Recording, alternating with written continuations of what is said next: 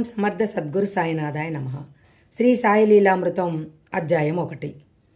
శ్రీ సాయి 1854 ప్రాంతంలో ఒకరోజు ఆ గ్రామానికి ఉత్తరాన ఉన్న ఒక వేప చెట్టు కింద కూర్చుని కనిపించారు. నాడు ఆయనను చూసిన వృద్ధురాలు ఇలా చెప్పింది.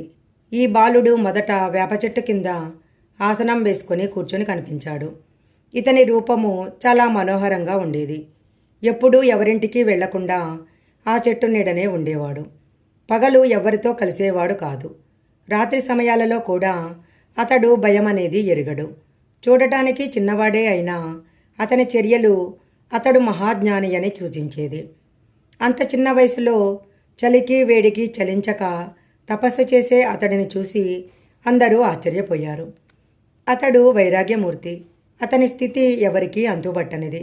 ఈ కుర్రవాడు అకస్మాత్తుగా ఎక్కడి నుండి వచ్చాడా అని అందరూ అనుకునేవారు.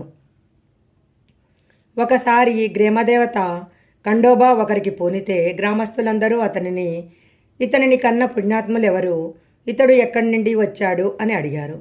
ఆ గణము వారి చేత ఒక గడ్డపార తెప్పించి ఆ చెట్టు కింద ఒకచోట తవ్వించాడు. అక్కడ ఒక బండ, దాని కింద కొన్ని ఇటుకలు కనిపించాయి.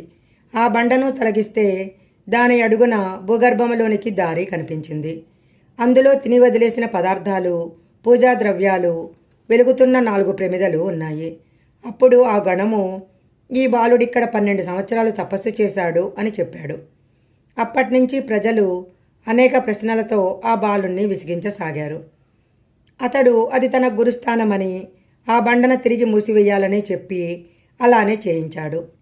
తర్వాత కూడా ఒకసారి ఆ వేప చెట్టు దగ్గరున్న భగవనానికి మరమ్మతులు చేస్తుంటే దాని కింద ఆ భూగ్రహము, సమాధి కనిపించాయి. వాటిని గురించి అడిగిన భక్తులతో కూడా బాబా అలానే చెప్పారు. తర్వాత అక్కడ ఒక రోజున పిల్లలు ఆడుకుంటూ ఆ బండను తొలగించి చూశారు. అక్కడ భూమిలోకి మెట్లు, చాలా పొడుగుగాను చీకటిగాను ఉన్న గుహ కనిపించాయట. ఈ వివరాలు శ్రీ సాయి శరణానంద ఇలా వ్రాశారు. ఒకప్పుడు బాబా మసీదులో దుని దగ్గర ఉన్న స్తంభాన్ని నాకు చూపి దాని కిందనే ఒక గుహ ఉన్నదని, తామందులో నివసించామని, ఎవరైనా మహాత్ములు వచ్చినప్పుడు తప్ప తామెప్పుడూ బయటికి వచ్చేవారు కాదని, తమ గడ్డము పొడుగ్గా పెరిగి నేలకు తాకేదని నాతో స్వయంగా చెప్పారు.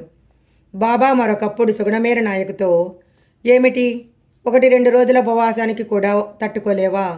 నేను 12 సంవత్సరాలు కేవలం వేపాకు తిని జీవించాను అన్న మాటలు ఈ వృత్తాంతాన్ని బలపరుస్తాయి.